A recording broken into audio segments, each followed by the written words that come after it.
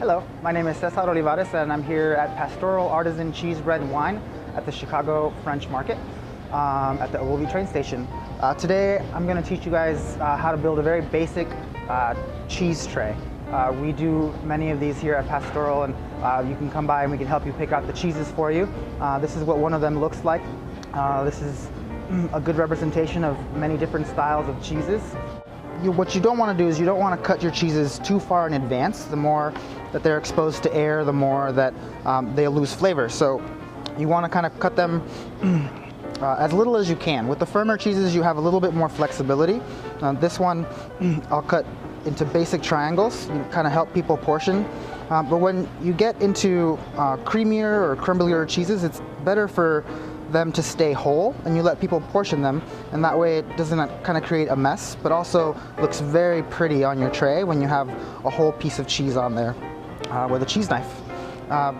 With these selections, we've gone with a Pleasant Ridge Reserve, which is from Dodgeville, Wisconsin. This is a Gruyere style cheese, handmade, probably one of the most popular ones in the United States. And you want to kind of just stack them really pretty on the tray. Not to worry about how they fall.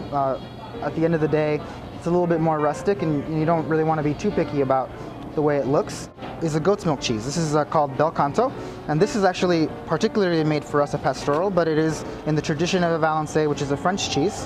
So this is kind of going to be a little bit more on the adventurous type. This ash on the outside is actually edible. I'm only going to cut this cheese one time. Kind of suggest that people, keep it whole. One cheese knife, and then you can have as much or as little as you like. This is a Cabot cloth bound cheddar. This one actually lends to portioning really pretty if you kind of let it crumble on its own. So cut the rind off, because that is cloth that you don't want to eat. But then you just kind of, poke at it with your knife and let it naturally crumble, giving it this really beautiful look. You'll notice I'll leave some bigger, some smaller, and that'll kind of lend to a nice variety of texture on your cheese board as well. We also have chosen a couple of accompaniments that go with these cheeses. A lot of the times these traditions come from the old world, the Mediterranean, where people are used to having all of these little bites together. So we have some beautiful Marcona almonds from Spain. These only grow in the north of Spain, and they're a great accompaniment to your tray. And you just kind of pour them on your tray, let them fall naturally. You can use them to prop up your cheeses as well. A nice touch to your trays, I have a beautiful single origin honey, which comes from the blossoms of just one flower. And the sweetness in honey will really complement the saltiness in the cheese. And it's great for blue cheeses and goat cheeses, but all around, just a nice little touch to it.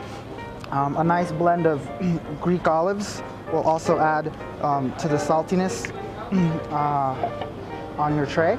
And you finish it off with bread, some flatbread, some baguettes, freshly baked, and you call it a day.